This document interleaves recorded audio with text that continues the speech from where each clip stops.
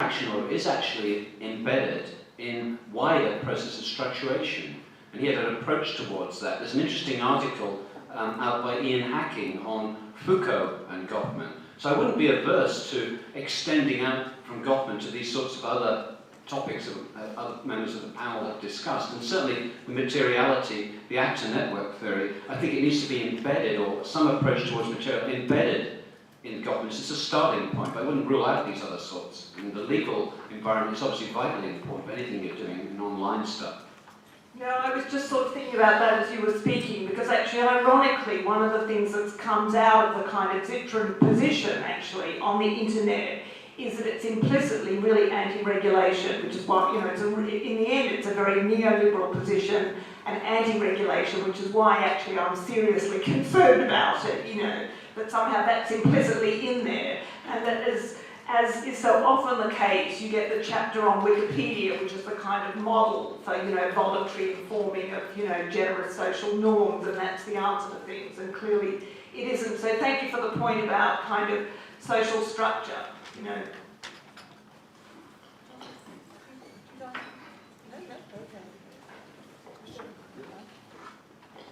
Yes, okay, thank you. Hi Trevor, Christian van Doff from the Netherlands, the Raten Institute.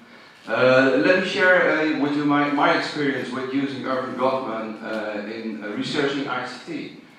I started doing research in RFID, GPS systems, all sorts of systems which can track people. And from government's perspective, I noticed that you continuously interact with information systems and build up this virtual identity, which in a sense you need to manage. It's not only about privacy, but you want your identity to be out there and something you like. So I came up with the word identity management, because impression management, as government uses it, is less interactive. It's one way. So for identity or virtual identity, you are managing through information systems. So I was quite happy with myself writing a book about that. But what happened next was quite interesting. I got all these techie guys coming to me, being very angry. They said, well, we've been using the term identity management for almost 10 years now.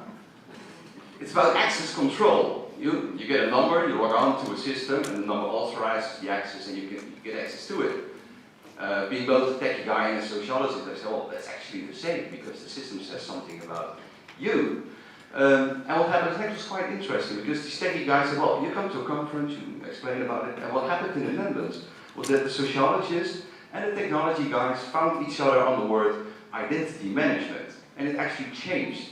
And if you go to the Web of Knowledge and you go back, you actually see that in the 90s, these techie guys used the phrase identity management, but the sociologists were there first. In the 80s, they started writing a lot of work about identity management. Identity evolves through interaction. So my question to you, well, this is actually only an experience I share with you. My question to you is, have you heard of identity management being used in other countries in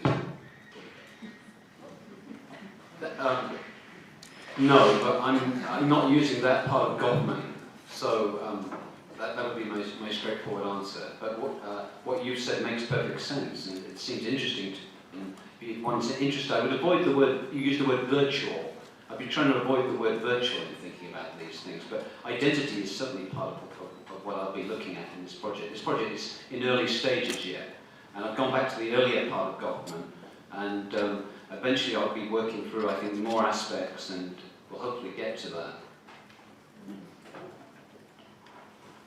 Are there another couple of just very sort of quick comments or questions before we close? Oh, there's somebody there.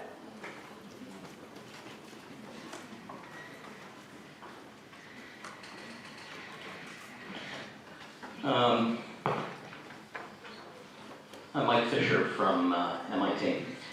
Identity management, of course, is a standard term in computer science. The techie guys, you're absolutely right, for many years. I'm intrigued by the degree, to refer to David Hess's query, that it's lovely to hear culture being rediscovered, and it's lovely to hear Goffman being rediscovered, and all of that. I mean, there are other strands of STS that aren't represented on the panel here that have dealt with communication as well. And I don't want to defend Jonathan Citrain, but I would like to point out that one of his major projects is monitoring the attempts of various governments in the world to shut down the internet. It's a very important process, and I want to reference that by asking some questions about implications. It strikes me that much of the STS that is represented on the panel takes a very micro-engineering point of view. Materiality, yes, lots of disciplines talk about materiality. There's nothing particularly new about that either. But what are the implications for society of the ecologies of communication? Nothing was mentioned about the visual, for instance. The visual has become a really important component of the new technologies. And so I wonder if people would like to, well, and as long as I'm doing a deconstruction of some of the things that were said, mass media, the ecology of media, of course, have changed over time. Mass media is a term from the 50s and the 60s. It has been segmented in many different ways, and that's one of the things that the overlapping of the ecologies of communication does. So I wonder if the panel could address something about topics like the openness of society, recursive public spheres, what Sheila Jasanoff calls civic epistemologies, all of these things that the communication structures presumably are the infrastructures for, both soft and hard. Thank you.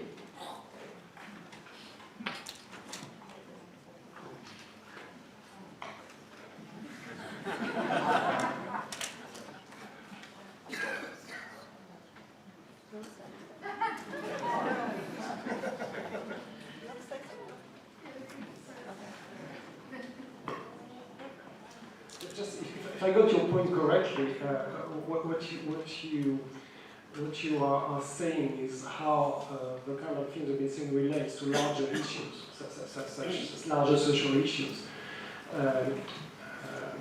As you saw, I had a very interactional perspective, a very macro perspective, so you could wonder how I can relate that to larger issues. I think one larger issue to which what I've been saying is related is an issue which is also related to the density of communication material, the information communicative density of these ecologies actually, not media ecologies, but at a more micro level. If you read, most of you read journals, we have about every month there's a double page in a large well-known journal about multi-activity and how we might be cognitively reshaped, because this is very much a field in which cognitive science is relevant. Our cognitive style will be reshaped from the mere flux of information and communication we are receiving. I think what I've been trying to show my focus on performativity and pragmatics is that in many of these common sense discourse of multi-activity, which is becoming an issue of public debate with particular expertise and studies and claims which are being made about that. Is that in many of these papers, when they come to cognitive science, there's a confusion between information and communication. Basically, it's the same.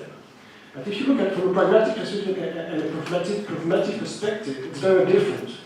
Having your phone ring is very different to be exposed to different media pages on your screen. And I think even the micro perspective I've been developing may allow to develop a perspective on that kind of issue, which is becoming more and more global public debate issues. So we've just thought of something to say, so we're going to,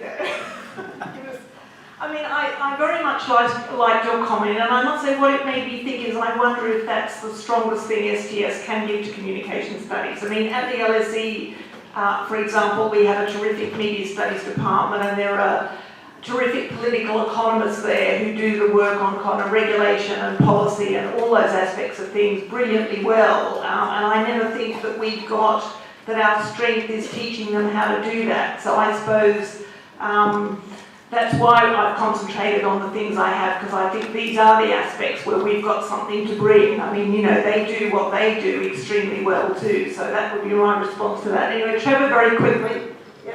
Well, just a couple of things. The music side I've been looking at, how reputation systems based on digitization lead to this ranking. Amazon.com is another good example of this. So a complex opinion is rendered into a yes-no. It has massive implications for how humans and human choices are framed in this digital environment. That would be one example. But it also can go the other way. At this music side, it enables certain regimes of intellectual property to be broken down, so it's easier to make mashups and so on. So that it sort of works both ways, but there's just a couple of examples. But I think the issues you raise are absolutely the right ones to raise as well. I mean, again, thank you for, I'm sorry I'm going to have to wind it up. I've got a couple of announcements to make, but I really very much want to thank you for sitting through this plenary in this heat. I need to announce that the Microsoft Research Reception is at 5 and it is absolutely open to everyone. You don't need a ticket, everyone is welcome to go, and they're putting on a very nice reception. And where you'll find it is on the first floor of the University Co-op restaurant. So that is starting at 5.